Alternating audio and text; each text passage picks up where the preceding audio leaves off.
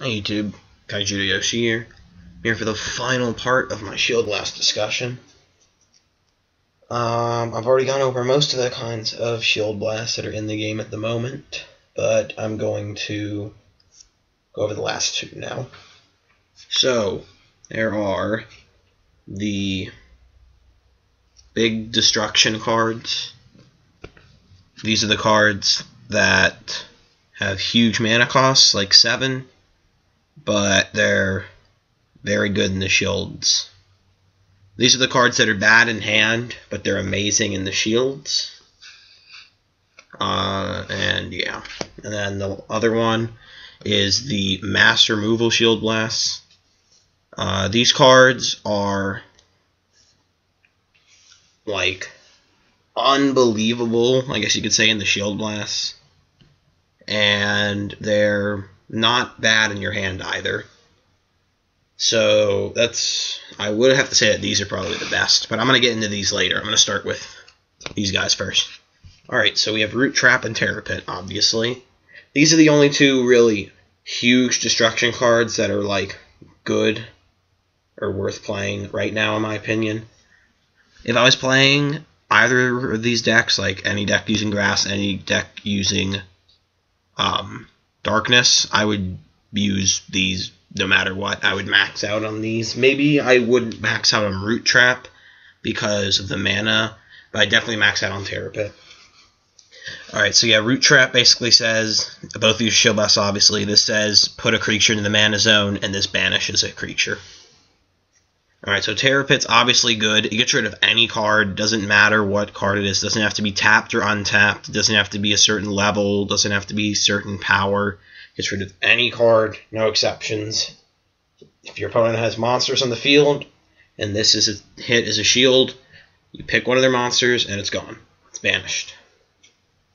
So this card is obviously just good, just because there's not that many cards in the game at the moment that are just outs to any monster. This card is like the only card that can do that. This card was really popular like in Duel Masters too, obviously, it's because it's just like a good generic staple card. It should be used in pretty much any dark deck. I don't know if I would say that like Dark Rush is really a thing at the moment, but I would probably still run this in there just because, well, I think it really depends, actually. I'm not going to say I would run it. I'd have to like think about Dark Rush deck, because right now I don't think it's possible, but I would maybe run this. I don't think I'd run 3 because that would just be really cloggy, and you obviously don't want to draw this that much, but I would probably still consider running it. And then Root Trap is the same thing as this, gets rid of anything no matter what, no exceptions, stuff like that, unless there's a card that comes out that says like it can't be targeted by spells or something like that. That's different. But at the moment, these two get rid of any monster in the game, or creature, whatever you want to call it. Okay, so Root Trap, the downside to this is that it will end up fueling your opponent. Like I said with Return to the Soil, last video, you have to use Root Trap wisely. You don't want to help them drop more stuff on you next turn without actually having to waste their mana phase to actually like put stuff in the mana zone. You want them to take cards out of their hand to put into the mana zone. That's helping you because they're losing cards in their hand. With Root Trap, it's still a really good card, and it has answers to stuff across the board, which is obviously amazing, but it's not as good as Terror Pit because of the fact that it does fuel your opponent, but I still feel it's definitely needed at this point. There aren't enough spells that can get rid of anything, and I wouldn't even say enough, there's no spells that get rid of any monster other than these two. Spells, that is, they're other things. So yeah, that's for those. And as for like what decks I'd run these in, like I said, I'm not 100% sure on Rush, just because the 7 is really kind of mediocre in Rush. If I'm running Controller Aggro, these are staples at 3. Okay, next up, we have the Mass Removals, and that's these guys.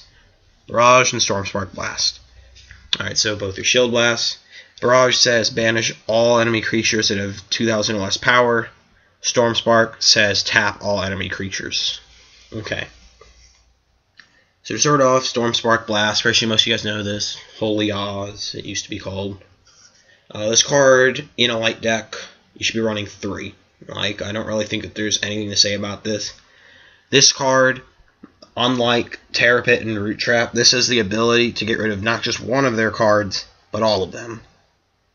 This, if they break this, as the first thing when they're attacking you, everything else can't attack. It just stops them from attacking. It gives you the chance to now have your creatures on the board run over their stuff, which is just like amazing.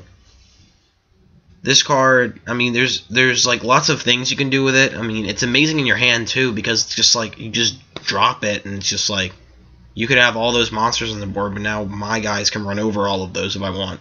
You have blockers on the board, I can play this and now I can go for game. It's just like if your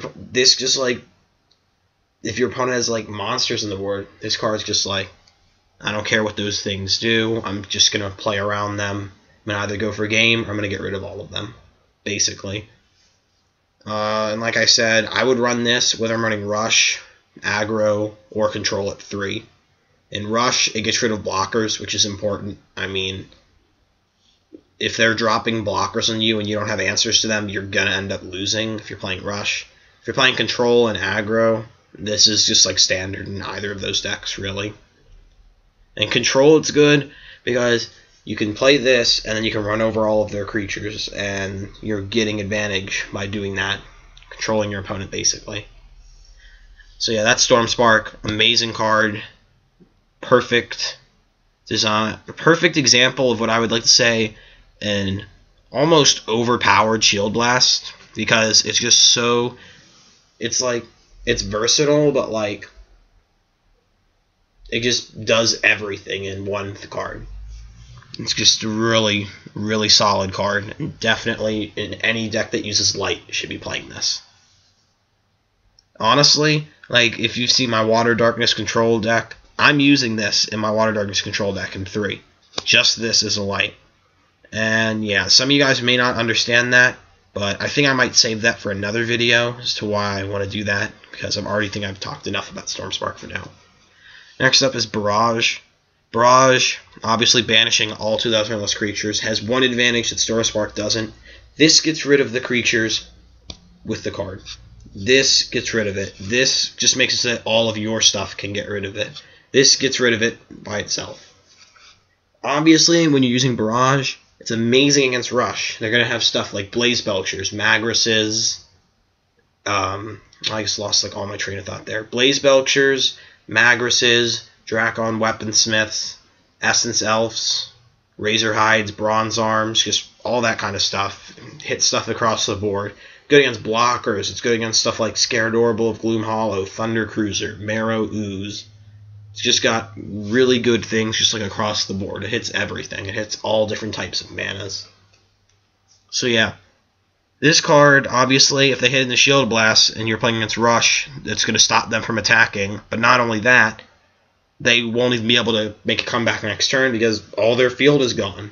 If you're playing against Control, they're going to have stuff like Seneschal, Fumes, others like Hydrospy, Rusalkas, and other stuff like that.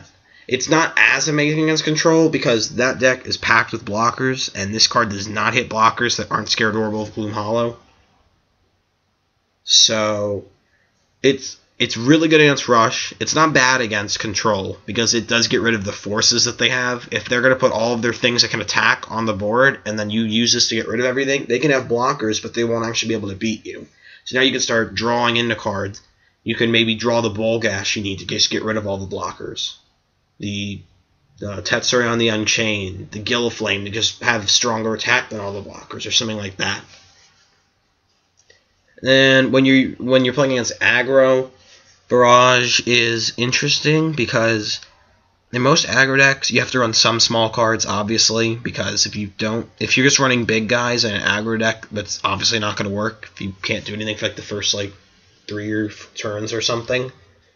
So you have to run some little guys. I mean, if you're running like a fire aggro deck, you'd probably still run Blaze Belcher. I mean, it's a 1-drop. That's really not that hard. I mean, it's just, you can't really beat that at this point of the game. Cards like Drakon Weaponsmith, these are just good all-around cards that you need to have in the early game. and this can get rid of them. If your opponent's playing something like Vorg too, just because, you know, they like it over Dracon Weaponsmith, which some people I know do, this also hits that. It's just, Barrage, it's funny because while it's a fire card, it's so good against fire. It's honestly like the best place where this card is again. It's like the best civilization that this card is good against. So yeah, if I was running these, like I said, for Storm Spark, I'd run it in anything. Barrage might be a different story because it's got pretty decent matchups versus like most of the stuff, but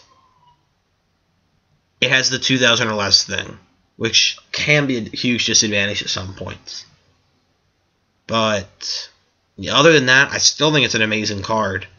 And I would probably use this in anything at the moment. I would probably still use this in Rush because it gets rid of your opponent's things if they're trying to hit you.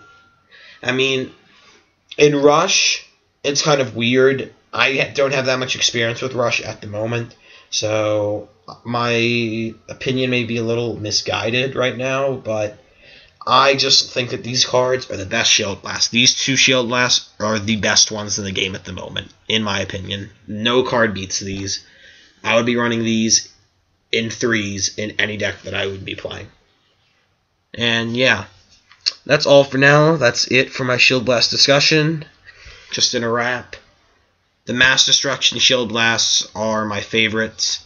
And the other ones, there's no order for them in my opinion. I think that they each are good in their own specific decks. They're good against specific decks. It really just depends. But these two, they stand out. They have the ability to hit everything at once.